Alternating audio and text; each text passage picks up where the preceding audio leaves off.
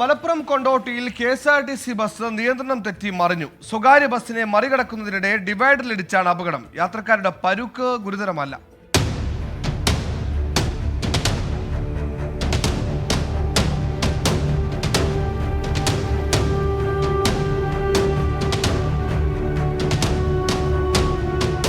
Kondotty bus സ്റ്റാൻഡിന് സമീപമാണ് സംഭവം.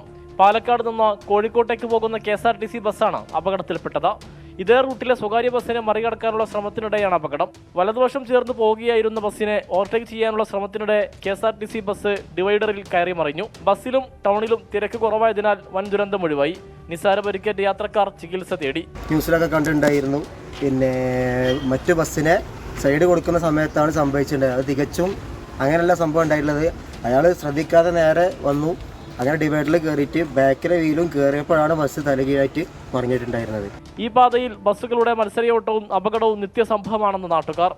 അപകടത്തെ തുടർന്ന് അല്പനേരം നഗരത്തിൽ ഗതാഗതക്കുരുക്കുണ്ടായി. 24 മലപ്പുറം.